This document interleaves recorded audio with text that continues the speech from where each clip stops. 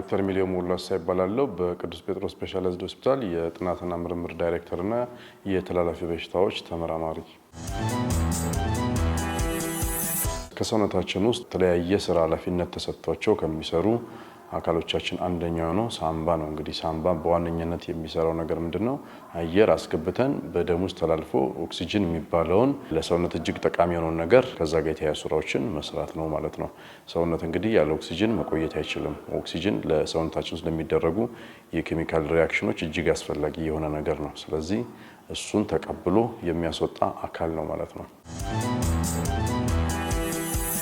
የመተንፈሻ አካላትን ከፋፍለን ማየት ያስፈልጋል የበሽታውን አይነት ለመለየት ማለት ነው። እንግዲህ የላይኛው የመተንፈሻ አካልና የታችኛው የመተንፈሻ አካል። የላይኛው የመተንፈሻ አካል የምንለው እንግዲህ ከአፍንጫ ቀዳዳዎች ጀምሮ ወደታች ወደ ጉሮሮ ወርዶ ወደ ማዕከል ወደ ደረት አካባቢ ከመድረሱ በፊት ያሉትን የመተንፈሻ አካላት ያጠቃልላል። ከዛ በታች ያሉት ለምሳሌ በእንግሊዝኛው አጠራር ትራኪዮ ብሮንኪያል ትሪ ይባላል። እንግዲህ ትራኪያ ብለን የምንጠራው ከዛ ብሮንካ ያለ ብሮንኪዮልስ አልቪዮላይ ከዛ መጨረሻ ላይ በእነዚህ ስጋማ ለስላሳ አካል ያለው የሳምባ ክፍልን ጨምሮ የታችኛው የመተንፈሻ አካላት ተብሎ ይጠራሉ። እንግዲህ እነዚህ በማናቸውም አይነት የጥቃቅን ተዋሲያን በጀርሞች ሊጠቃ ይችላል ማለት ነው። ስለዚህ በዋነኛነት እንግዲህ የመተንፈሻ አካላትን ያጠቃሉ ተብሎ ከሚጠሩት ውስጥ እንግዲህ የሳምባ ምች ኒሞኒያ ወይም ደግሞ የሳምባ በሽታ ወይም ደግሞ ቱበርኩሎሲስ ብለን የምንጠራቸው በዋነኛነት ይጠቀሳሉ። ቱበርኩሎሲስ የሚባለው በ1884 ሮበርት ኮች የተባለ ሳይንቲስት ለመጀመሪያ ጊዜ እስኪያገኘው ድረስ የመተንፈሻ አካላትን መነሻ በማድረግ ሙሉ የሰውነትን አካል በማጥቃት ለሞት የሚዳርግ በትንፋሽ የሚተላለፍ በሽታ ነው። እንግዲህ ቲቢ የምንለው ቃል የመጣው ቱበርኩሎሲስ ከሚለው እንግሊዝኛው ቃል ቲ እና ቢ የሚባሉትን ፊደላት በመውሰድ ቲቢ ባጭሩ ተብሎ ስለሚጠራ በተለምዶ እኛም ቲቢ እንለዋለን ማለት ነው። እንግዲህ ቲቢ ብለን የምንጠራው ማይኮባክቴሪየም ቱበርኩሎሲስ በሚባል ባክቴሪያ የሚመጣ በሽታ ነው ማለት ነው። በዋነኛነት ከ60% በላይ በዋነኛነት ሳምባን ያጠቃል እንጂ መላው የሰውነት አካልን ማጥቃት የሚችል ባክቴሪያ ነው ማለት ነው። ይህ ባክቴሪያ እንግዲህ በራሱ ደካማ ነው። ነገር ግን በሽታው ወደ በሽታነት እንዲቀየር የሚያስችሉ ሁኔታዎች ያስፈልጋሉ። ለምሳሌ የምግብ እጥረት፣ ተጓዳኝ በሽታዎች ኤችአይቪ ኤድስን፣ የኩላሊት መውደቅን፣ ስኳርን፣ ደም ግፊትን የመሳሰሉትን ጨምሮ ከእድሜ ጋር የተያያዘ ደግሞ በጣም እድሜያቸው ትንሽ የሆኑትና እድሜያቸው ደግሞ በጣም የገፋ ነው። እድሜያቸው ትንሽ የሆኑት እስከ 7-8 ዓመታቸው የእናታቸውን የበሽታ የመከላከል አቅም ስለሚጠቀሙ የራሳቸውን ገና ስላላሳደጉ፣ እድሜያቸው ደግሞ ገፋ ያሉት ደግሞ የበሽታ የመከላከል አቅማቸው ዝቅ እያለ ስለሚመጣ ማለት ነው። በዋነኛነት በማደግ ላይ ያሉ ሀገሮች ወይም ደግሞ ሰብሳራን አፍሪካን ካንትሪ ወይም ደግሞ ከሰሃራ በታች ያሉ አፍሪካ ሀገሮች በዋነኛነት ይጠቃሉ ማለት ነው በዚህ በሽታ። ስለዚህ ምልክቶቹን ለማየት የሚያጠቃቸውን የሰውነት ክፍሎች በመለየት ቲቢን መለየት እንችላለን ማለት ነው። የመጀመሪያው እንግዲህ የምንለየው ሳምባ ላይ ያለና ከሳምባ ውጭ ያለ ብለን ልንለየው እንችላለን ማለት ነው። ሳምባ ላይ ያለ ካልን እንግዲህ ሳምባ ዋናው ስራው አየር አስገብቶ ማስወጣት ነው። ስለዚህ አየር አስወጥቶ ለማስገባት መቸገር አንደኛው ምልክት ይሆናል ማለት ነው። ትንፋሽ ማጠር፣ ድካም፣ የምግብ ፍላጎት መቀነስ፣ ክብደት መቀነስ፣ ሳል ደግሞ በሶስት አይነት መልኩ ሊመጣ ይችላል ማለት ነው። ደረቅ ሳል ሊሆን ይችላል፣ አክታ ያለው ሳል ሊሆን ይችላል። በተከታታይ ሊመጣ የሚችል ሊሆን ይችላል፣ አለፍ ወጣ ገባ እያለም ሊመጣ ይችላል ማለት ነው። ሳሉ አክታ ካለው ምን አይነት አክታ ነው? ቢጫ ነው? ደም ያለበት ነው ወይስ ምራቅ ነው? ሳሉ ደግሞ ምንም አክታ ከሌለበት አክታ የሌለበትን ደግሞ የሚያመጡ በሽታዎች ሌሎች አሉ። እነሱ ልንጠረጥር እንችላለን ማለት ነው። በአጠቃላይ እንግዲህ እነዚህ ምልክቶች 2 ሳምንትና ከዛ በላይ በተከታታይ ያሳየ ማናቸውም ታማሚ ቲቢ ሊኖርበት ይችላል ተብሎ ይታሰባል ማለት ነው። ከሳምባ ውጭ ያሉ ምልክቶችን ደግሞ ስናይ እንግዲህ ብዙ ጊዜ የሚታበው እንግዲህ የሳምባ በሽታ ተብሎ ነው የሚታሰበው። ባክቴሪያው ግን ሁሉንም የሰውነት አካል ማጥቃት ስለሚችል ከሳምባ ውጭ ያሉ ምልክቶችን እንደየቦታቸው ይለያያል። ለምሳሌ የአጥንት ቲቢ ተብሎ በተለምዶ የሚጠራው ምንድነው?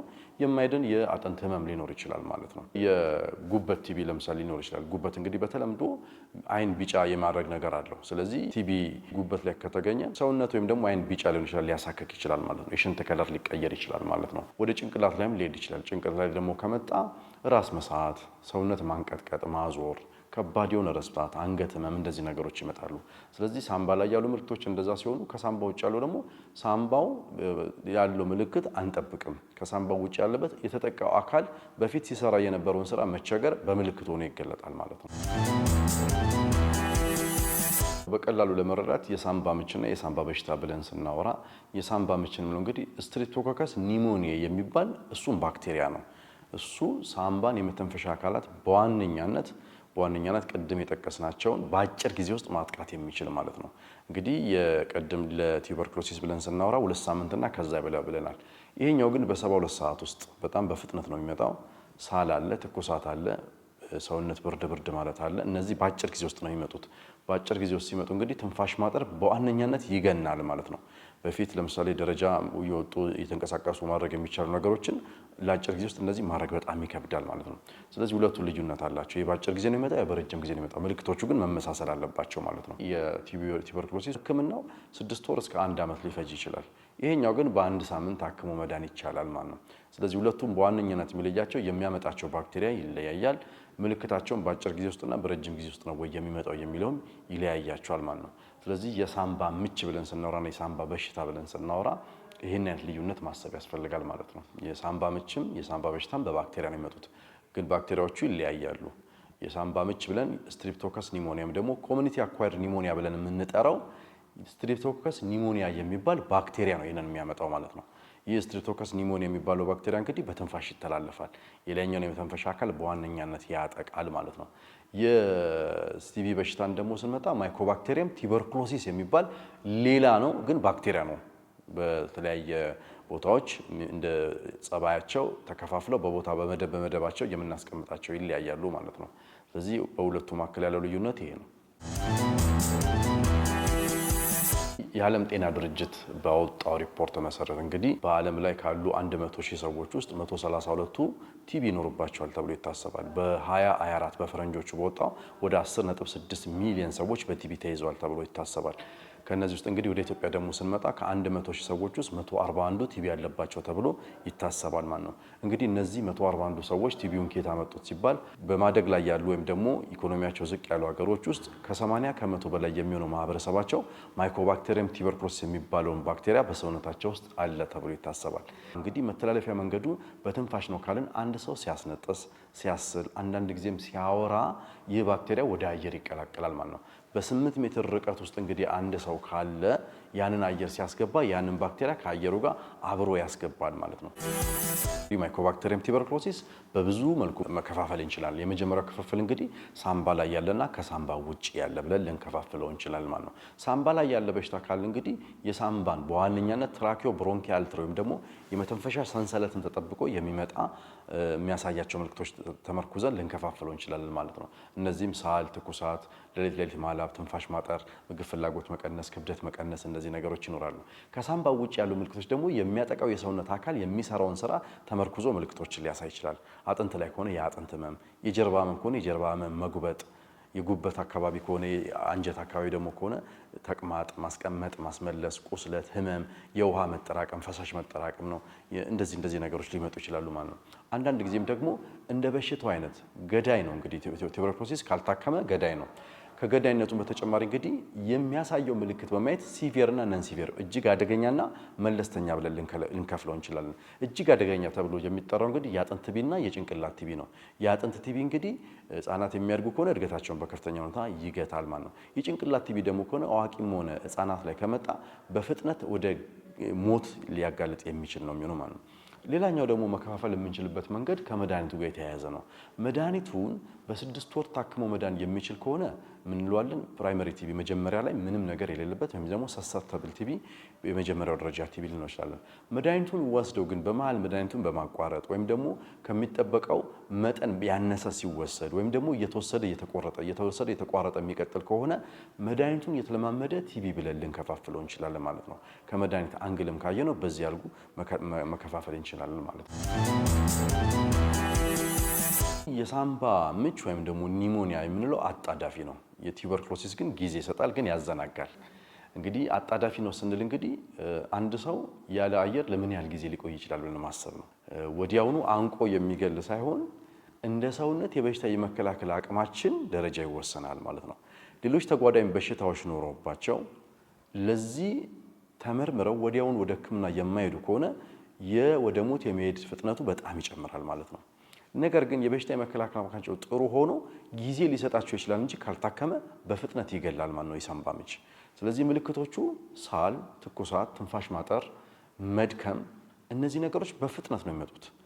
በጣም ደስ የሚለውም ነገር ደግሞ ወዲያውኑ ከተመረመረና በሽታው እሱ እንደሆነ ከታወቀ በ72 ሰዓት ውስጥ ወደ ጤናማነት መመለስ ይቻላል። ወደ 72 ሰዓት ውስጥ ፈጀ ማለት ግን ሙሉ ለሙሉ ባክቴሪያው ከሰውነታችን ጠፍቷል ማለት ነው። በትንሹ ከ5 እስከ 7 ቀን መድኃኒቶችን መውሰድ መቻል አለብን ማለት ነው። ሰዎች የሳንባ ምች ካለባቸው ክራይቴሪያዎች አሉ፣ መጠነ ልኬቶች አሉ። ለምሳሌ እድሜ ከ65 በላይ ከሆነ የመግደል እድሉ በጣም የሰፋ ነው የሚሆነው ማለት ነው። የመተንፈስ አተነፋፈሳቸው አንድ ሰው ለምሳሌ ከ14 እስከ 20 መተንፈስ ይጠበቅበታል በደቂቃ እያለ የሚያስገባው አየር። ከ30 በላይ ከሆነ የመሞት እድሉ በጣም እየሰፋ ነው የሚመጣው ማለት ነው። የደም ምርመራ ተደርጎላቸው ዩሪያ የሚባል ነገር አለ። እሱ ታይቶ እሱ መጠኑ በጣም ከፍተኛ ከሆነ የመሞት እድላቸውም ይሰፋል ማለት ነው። ስለዚህ እነዚህን ነገሮች የሚያሟሉ በፍጥነት ሆስፒታል ውስጥ ገብተው መታከም አለባቸው።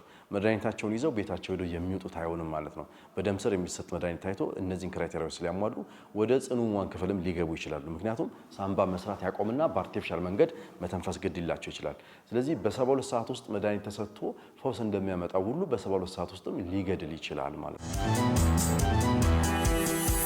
ባተነፋፈሳቸው ከርብ ክራይቴሪያ የሚባል ነው ቅድም ለመጥቀስ የሞከርኩት ማለት። እነዚህን ክራይቴሪያዎች የሚያሟላ ሲቪር ወይም ደግሞ እጅግ ከፍተኛ ደረጃ እየደረሰው ስለሆነ በሆስፒታል ገብተው መታከም አለባቸው፣ ወይም ደግሞ አይፒዲ ኢንፔሸንት ዲፓርትመንት ገብተው መተኛት አለባቸው፣ መታከም አለባቸው እንላለን። ነገር ግን በተመላላሽ ሕክምና ክፍል ወይም ኦፒዲ ታይተው ምልክቱ ይሄ ነው ተብሎ መድኃኒት ተሰጥቷቸው የሚሄዱ ከሆነ በቀላል ነው እሱ መታከም ይችላል። ለሁለቱም ግን ትልቁ ነጥብ እነዛ መጀመሪያ የጠቀስናቸው ምልክቶች ወዲያውኑ ሲመጡ በፍጥነት ወደ ሕክምና ተቋም ሄዶ ምርመራውን ማድረግ ነው የሚያስፈልገው ማለት ነው።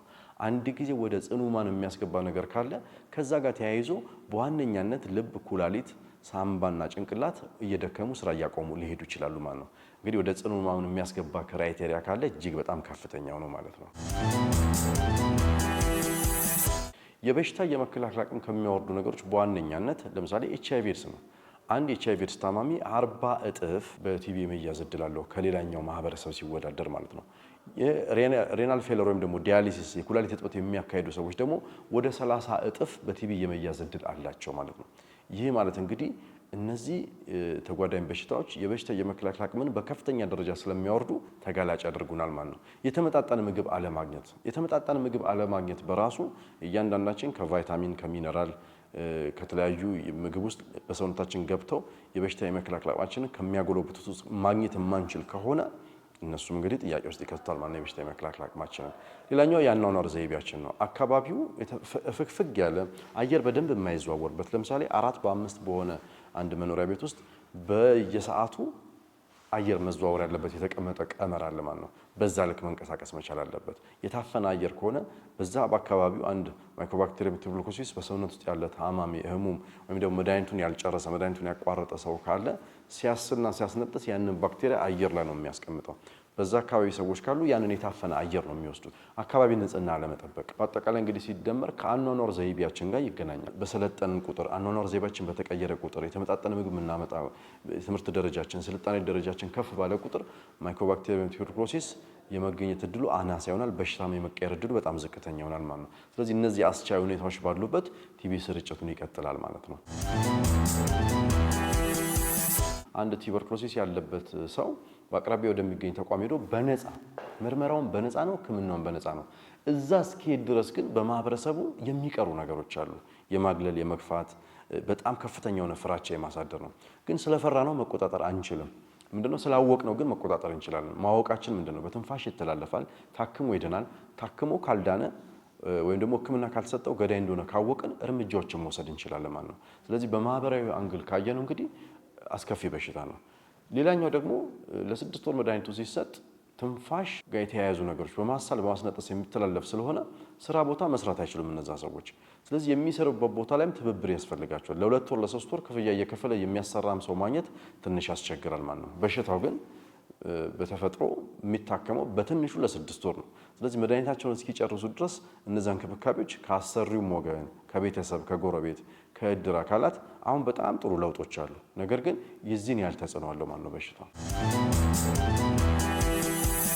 ማይኮባክቴሪየም ቦቪስ ደግሞ የሚባላል በጥሬ ወተት የሚተላለፍ ከእንስሳት ወይም ዙኖቲክ እንለዋለን ከእንስሳት ወደ ሰው የሚተላለፍ ያ ባክቴሪያ የት ነው የሚገኘው?